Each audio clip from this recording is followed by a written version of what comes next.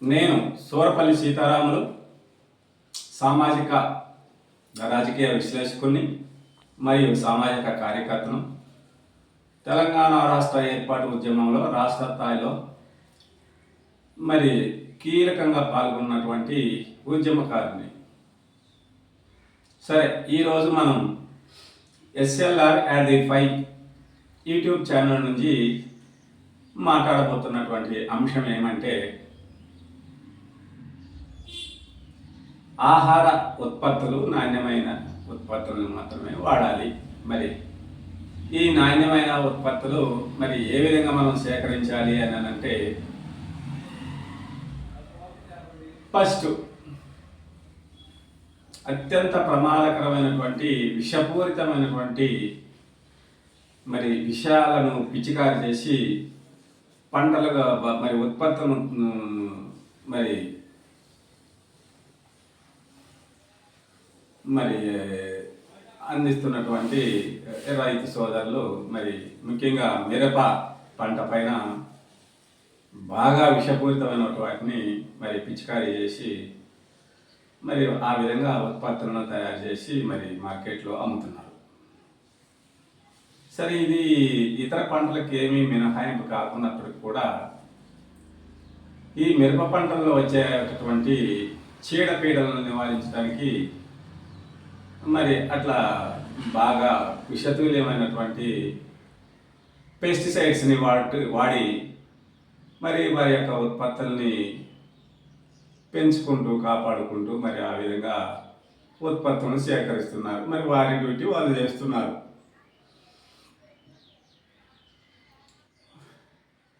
అయితే మరి అవి ఆ ఉత్పత్తులు మార్కెట్లోకి వచ్చాక మనం అందరం మరి ఆ ఉత్పత్తులను తీసుకొని కొనుక్కొని మరి కారం మిల్లు పట్టించుకొని మరి వాడుకుంటున్నాం. ఇలా కాకోకుండా మరి ఎటువంటి విషపూరితమైనటువంటి రసాయన మందులు వాడినా కూడా మరి వాటి ప్రభావం ఎక్కువ శాతం లేకోకుండా మరి నివారించి మరి ఆ ఉత్పత్తులను మనం మరి వంటల్లో మరి ఉపయోగించుకొని తినటానికి అనువుగా మనమే తయారు చేసుకోవాలి. ఎందుకంటే వాళ్ళు పండించి ఆ ఉత్పత్తులను మనకి మరి మార్కెట్కి తీసుకొచ్చి మార్కెట్లో అమ్మి మన దాకా వచ్చే వరకు మార్కెట్లో వదిలేసే వరకే వాళ్ళ బాధ్యత. ఆ తర్వాత వ్యాపార వర్గాలు మన దాకా తీసుకొస్తారు, మనం కొనుక్కుంటాం. కనుక మరి అప్పుడు వ్యాపార వర్గాలు బాగు చేసేయాలంటే ప్రాసెసింగ్ వ్యవహారం చాలా ఉంటుంది. అదంతా రిస్క్ చెయ్యరు వాళ్ళకి ఎందుకు, వాళ్ళకి అవసరం లేదు. ఇప్పుడు అది వాడేది వాళ్ళు వ్యాపార వర్గాలు కాదు కదా. మరి సామాన్యమైనటువంటి మనం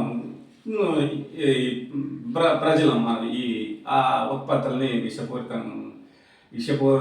విషాలతో నిండినటువంటి ఆ ఉత్పత్తుల్ని మరి అవసరాలకి జనమైన మనం కొనుక్కుంటున్నాం. మరి అవసరానికి కొనుక్కుంటాం, బాగానే ఉంది. మరి వాటిని డైరెక్ట్గా ఆ విధంగానే మిల్లు పట్టించుకొని తింటే మరి అనారోగ్యాలకు గురై మరి అకాల మరి అదే ఈ సహజంగా మనకి వయసు రాకముందే మరి మరి ఆ విషపూరితమైన ఉత్పత్తులు వాడటం వల్ల మరి అనేక రోగాలను బారిన పడి మరి మృత్యువుకు గురవుతున్నారు ఈ జనాలు. అలా కాకోకుండా ఏం చేయాలంటే ఉంది. అలా కాకుండా కూడా తప్పించుకోవడానికి మార్గం ఉంది. మనిషి పెడితే మరి ఆ మనిషి పెట్టాలి. ఎవడైతే వినియోగదారుడు ఉండో ఆ వినియోగదారులందరూ కూడా ఏం చేయాలంటే ఆ మిరపకాయలు మనం కొనుక్కొని, ఇప్పుడు మన మిరపకాయలు ఇంతగా ఈ విషయాన్ని ఎందుకు తీసుకోవాల్సి వస్తుందంటే, మన మిర్చి ఉత్పత్తుల్ని విదేశీ వ్యాపార వర్గాలు కొనటల్లా. ఎందుకు కొనట్లేదంటే విష పదార్థాల శాతం బాగా ఎక్కువ ఉంది. వాటిని కొంటే మా దేశంలో మేము అనుమతించినట్టయితే మరి మా దేశ ప్రజలు అనారోగ్యాలకు గురయ్యి మరి అకాల మృత్యువాతకు పడతారు. మరి కాబట్టి మాకు దాన్ని నిషేధించారు.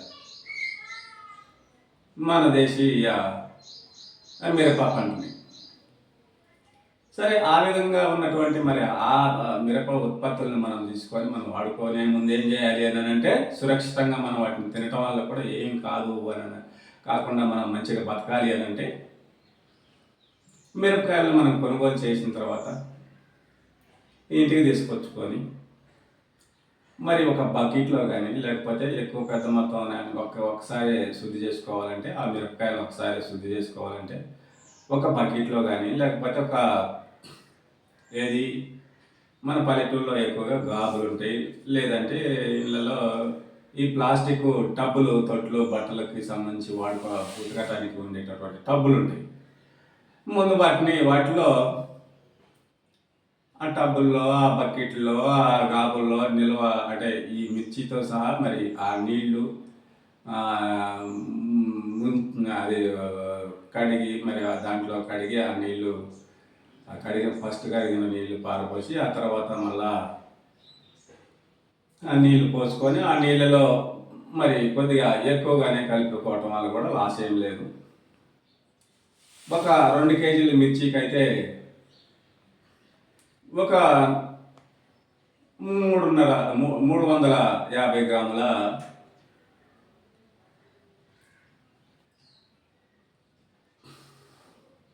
350 గ్రాముల ఉప్పు ముందుగా నీళ్ళలో కలిపి ఆ నీళ్ళలో మిర్చి వేసి పూర్తిగా ఆ మిర్చిని నీళ్ళలో మునిగేటట్టు చేసి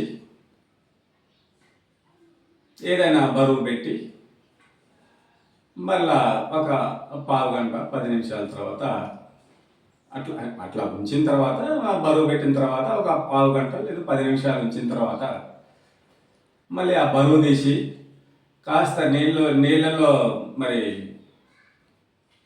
అన్నీ మునిగేటట్టుగా మళ్ళీ ఒకసారి అటు ఇటు అనేసి మళ్ళీ కొంతసేపు మళ్ళీ ఆ మిర్చిమైన బరువు పెట్టి నీళ్ళలో మునిగే విధంగా అటు తర్వాత 10 నిమిషాలకి తీసి ఆ బరువు తీసి ఆ నీళ్లు పారబోసి మళ్ళీ ఆ 2 సార్లు ఏ టబ్లోనైనా లేకపోతే బకెట్లోనైనా గాబులోనైనా ముందు మనం పోసిన ఫస్ట్ నీళ్ళు ఉప్పు నీళ్ళు ఎన్ని ఉన్నాయో అయినా నీళ్ళు వేసి మళ్ళీ 2 సార్లు పూర్తిగా మళ్ళీ ఆ నీళ్ళతోటి శుభ్రంగా కడిగి 2 సార్లు ఆ నీళ్ళు పారబోసిన తర్వాత ఆ మిరపకాయలు తీసుకొచ్చి మరి మన ఇండ్ల పైన డాబాల పైన కానీ లేదంటే కింద గచ్చు ఇల్లు ఉన్నట్టయితే మరి అది కూడా గచ్చు శుభ్రంగా కడిగి అక్కడ ఉదయం కాస్త ఎండాకాలం సమయంలోనే ఈ ఉత్పత్తులు వస్తాయి కాబట్టి ఆ ఎండాకాలం సమయంలోనే మరి కింద గచ్చు మీద కానీ పైన డాబా మీద మరి గచ్చు మీద కానీ ఆరబోసి అది 11 గంటల టైం కల్లా ఆ యొక్క ప్రక్రియ ఆరబోసే ప్రక్రియ పూర్తి చేసేసరికి మళ్ళా సాయంత్రం 5 గంటలు లేదు 5:30 గంటల కల్లా మళ్ళా మంచిగా డ్రై అయ్యి కాస్త అప్పుడు మిర్చి బాగుంటుంది. ఆ విధంగా ఉప్పు నీళ్ళలో శుభ్రంగా కడిగి 2 సార్లు ఆరబోసిన నీటిని పూర్తిగా పారబోసి ఆ నీళ్ళు ఇక ఉన్న మిరపకాయలు అట్లా ఎండపోసి మరి ఆ ఎండపోసిన వాటిని తీసి ఆ డాబా మీద పోసిన తర్వాత మరి వాటిని తీసి మళ్ళీ తెల్లారి ఒక 2-3 రోజులు ఎండబెట్టినట్టయితే మనం సహజంగా తీసుకొచ్చిన మిరపకాయల కంటే చాలా నాణ్యంగా తయారైతే ఆ మిరపకాయ ఆ విష పదార్థాలని మొత్తం ఆ ఉప్పు అనేది తీసి పాడేసింది. విషయాన్ని మొత్తాన్ని దాంట్లో లేకోకుండా మిర్చి ఉత్పత్తుల్లో లేకోకుండా చేసి ఆ మిరపకాయలకు స్వచ్ఛత తీసుకొస్తుంది. అప్పుడు వాటి మిర్చి మనం పట్టించుకొని కూరల్లో వేసుకున్నా దేనిలో వేసుకున్నా మరి నాణ్యమైన ఉత్పత్తులు మనం ఆ విధంగా తయారు చేసుకొని వాడుకోవటం వల్ల మన ఆరోగ్యాలు చాలా వరకు ఒక సగం శాతం మంచిగా ఉంటాయని చెప్పడానికి ఎటువంటి సందేహం అనుమానం అవసరం లేదని తెలియజేస్తున్నాను. మరి ఇతర పంటలు కూడా మరి మరి బియ్యం కానీ ఇతర పప్పు ధాన్యాలు కానీ మరి ఇతర అయినటువంటి మరి కూరలో వేసే స్పైసీస్ అదే మరి మసాలాలు అవన్నీ మరి ఆ, కూడా నాణ్యమైనటువంటి ఎన్నుకొని మరి మన వంటింట్లో పెట్టుకుంటే ఈ విధంగా మరి ఇవి మనం స్వచ్ఛమైన వాటిని వాడుకుంటే మనం నిండు నూరేళ్ళు మరి సేఫ్ లైఫ్తో మంచిగా జీవించడానికి అవకాశం ఉందని తెలియజేస్తూ ఉన్నాం. మరి ఈ వీడియోను మీరు ఇదైతే ఇది మీ ఖచ్చితమైనటువంటి మంచి ప్రక్రియ. ఇదంతా మీరు అనుసరించి మా ఛానల్ ఆడియన్స్ అంతా కూడా మరి మంచి ఆహారం తీసుకోవడం ద్వారా మరి మంచి ఆరోగ్యాన్ని పొంది ద్వారా ఎక్కువ ఆయుష్ కలిగి జీవించాలని మనసారా కోరుకుంటూ మరి మీ ఈ వీడియో పైన మరి నా వీడియో పైన నా ఛానల్ పైన మీకు ఉండే అభిప్రాయాలను కామెంట్ల ద్వారాగా మాకు కామెంట్లు పెట్టమని మరి ముఖ్యంగా మీకు ఇటువంటి అమూల్యమైనటువంటి విషయాలు తెలియజేసి మరి మీ యొక్క జీవితం మరి శుభంగా గడపడానికి సుభిక్షంగా ఉండటానికి నా వంతు మీకు సేవ చేస్తున్నందుకు నా ఛానల్ని సబ్స్క్రైబ్ చేయటం వరకు తప్పకుండా మరి అది చేయాలి.